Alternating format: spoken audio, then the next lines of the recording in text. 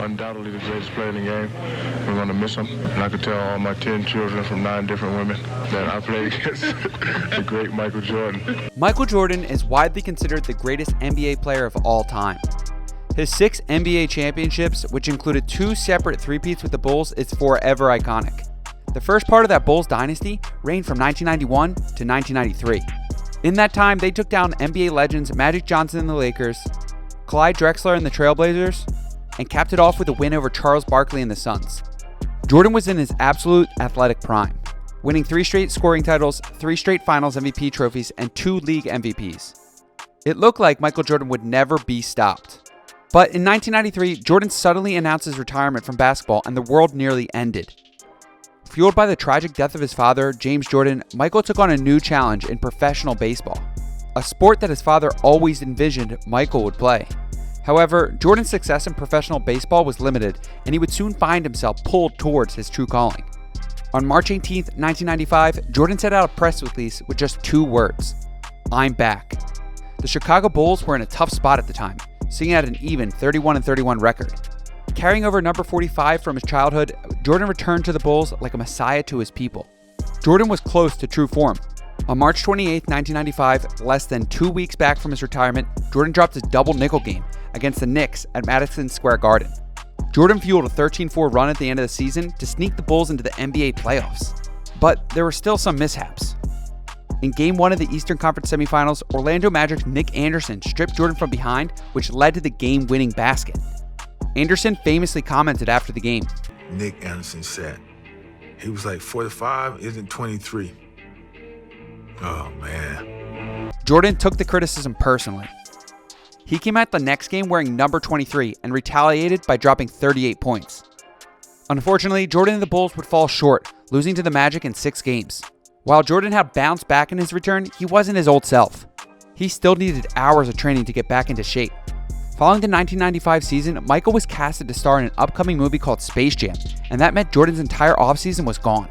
Thanks, Bugs, for everything. But Michael wasn't about to let some movie interfere with his craft. He insisted that the studio erect a massive structure which became known as the Jordan Dome. The Jordan Dome was sick, and it was decked out with all sorts of crazy amenities. A full-size basketball court imported from Long Beach State University, a full set of weights and workout machines, a lounge filled with couches, a putting green, gambling table, and oversized speakers. It was basically Michael Jordan's palace in the middle of Hollywood. Jordan would film all day and then come back to the Jordan Dome playing 3 hours of pickup against hand-picked NBA All-Stars. Reggie Miller, Alonzo Mourning, Penny Hardaway, Charles Oakley, and Patrick Ewing, just to name a few. If you remember from the 92 Dream Team, Jordan loved playing against competition and learning their weaknesses. So he spent the entire 1995 summer downloading some of his biggest rivals' idiosyncrasies. By the end of filming Space Jam, Jordan had put on 8 pounds of muscle and went into the NBA season in peak physical and mental shape. The Jordan Dome created a monster. The Bulls would dominate the start of the 1996 season, going 41-3. They finished with the best record ever at the time, 72-10. Jordan led the league in scoring with 30 points per game. He added another MVP title to his resume, along with an NBA All-Star Game MVP award. During their 1996 playoff run, Jordan smashed each one of his Jordan Dome rivals.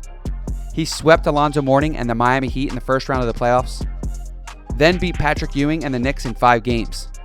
Finally, he took his revenge against Penny Hardaway, Horace Grant, and Nick Anderson with a 4-game sweep to win the Eastern Conference Finals.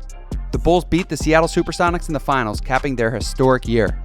Jordan earned his 4th ring and was named Finals MVP for the 4th time in his career.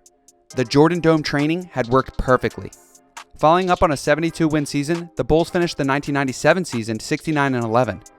They defeated Karl Malone and the Utah Jazz in a tough 6-game series. The same series which included the famous Jordan flu game. Jordan was awarded Finals MVP for the 5th time.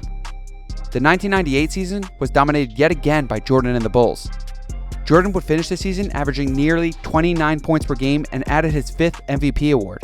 Despite a 7-game series with Reggie Miller's Pacers, the Bulls would keep on rolling into the NBA Finals. The Utah Jazz would get their opportunity at revenge, but Jordan was relentless. In Game 6, with a 3-2 series lead, Michael brought the Bulls back from down 3 with 40 seconds left in the game. He stole the ball from Karl Malone with 10 seconds remaining and drained a clutch game-winning shot with 5 seconds left on the clock. Jordan, open, shot! Bulls would complete their second three-peat, and you guessed it. Jordan won the Finals MVP again for the 6th time to match his number of championship rings. So there you have it. 6-time NBA champion, 6-time Finals MVP, 5-time NBA League MVP, and 2 separate three-peats. The magic was what happened in between. The Jordan Dome, the perfect place at the perfect time. If you enjoyed these longer videos, hit the subscribe button and tick the notification bell. I have a ton of awesome content coming out, and I always tailor my videos for the Henry Hoops audience. So, if you don't want to miss out, smash that subscribe button.